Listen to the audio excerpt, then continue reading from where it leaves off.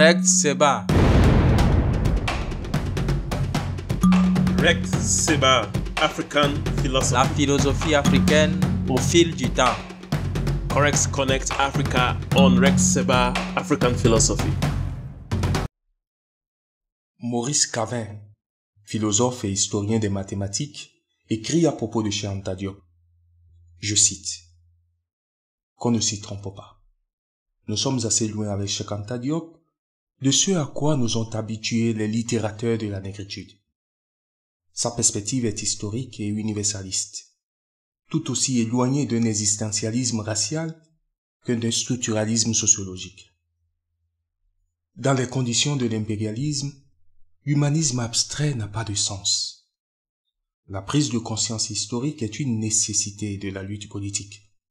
Nous sommes en présence d'une tentative originale pour appliquer une analyse matérialiste dans son principe à l'histoire africaine en elle-même et dans ses contacts millénaires avec le monde indo-européen, ainsi qu'au développement de la conscience politique africaine, envisagée comme contribution positive au devenir humain.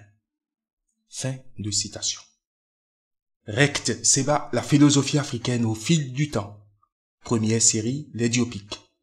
À la mise en onde, Audio Aliakwe. Au microphone, Maouillon Saint-Saint.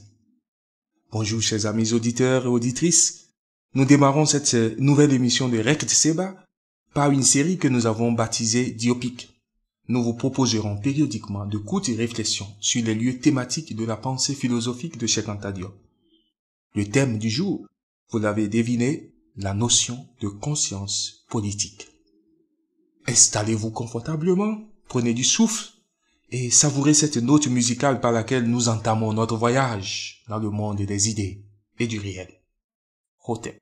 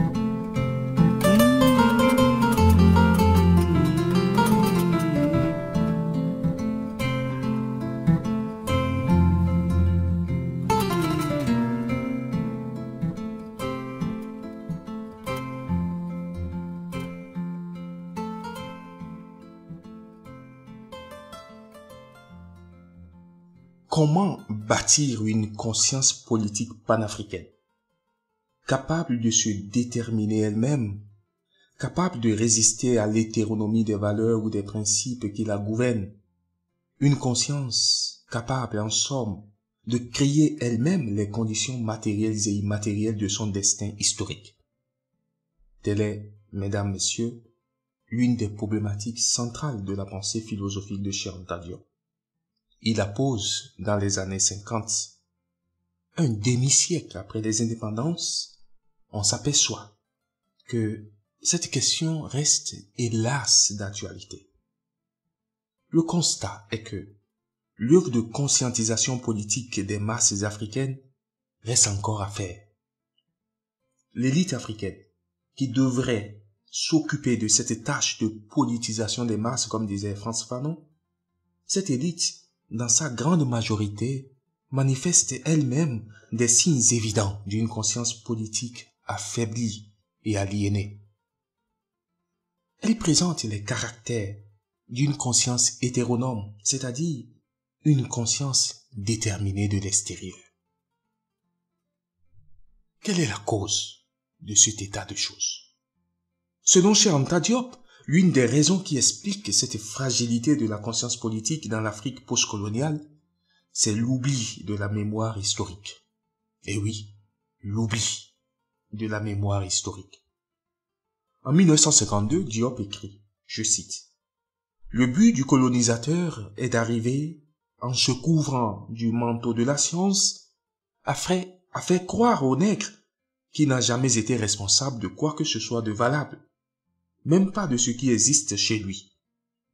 On facilite ainsi l'abandon, le renoncement à toute aspiration chez les hésitants, et on renforce les réflexes de subordination sur ceux qui étaient déjà aliénés. » Fin de citation.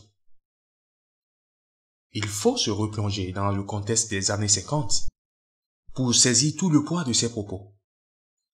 L'article duquel est extraite cette citation que nous venons de lire est intitulé « Vers une idéologie politique africaine », publié dans le journal La Voix de l'Afrique noire en février 1952.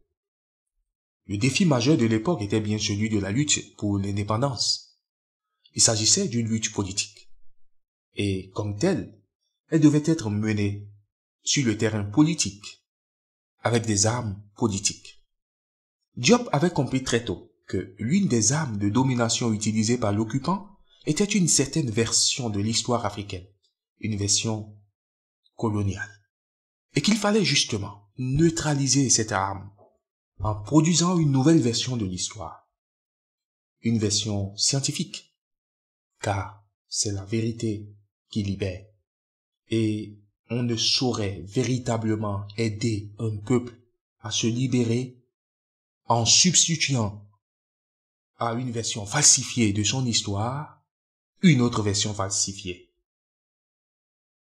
Elle devait être donc rigoureusement scientifique, cette nouvelle version de l'histoire, et servir entre autres au renforcement de la conscience politique.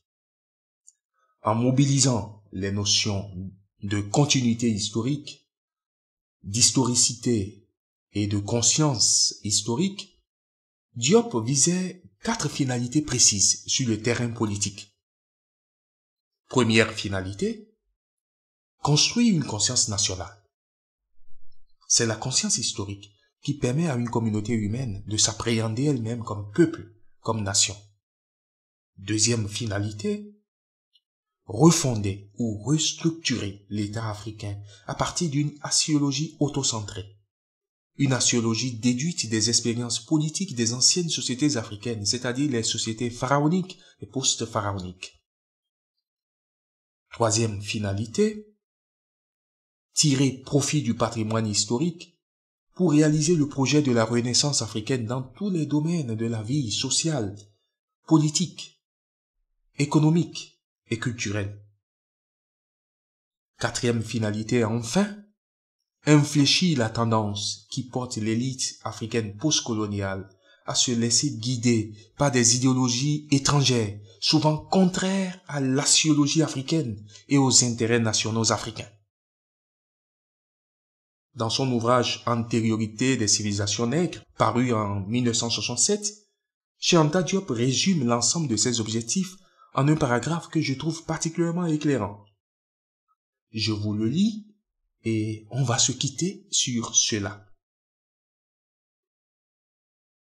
La personnalité culturelle du noir est la plus délabrée de toutes, comparée à celle des autres ex-colonisés. Ces derniers bénéficient en général d'un cadre culturel et d'une superstructure moins entamée, qu'il faut souvent recréer ici, chez nous.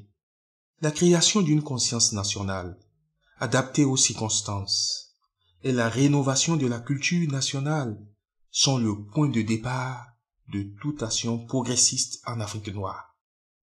C'est le seul moyen de prévenir les diverses formes d'agression culturelle. Seule une révolution culturelle peut maintenant engendrer des changements qualitatifs notables. Celle-ci devra réveiller le colosse qui dort dans la conscience de chaque Africain. Elle devra extirper les entraves superstructurelles.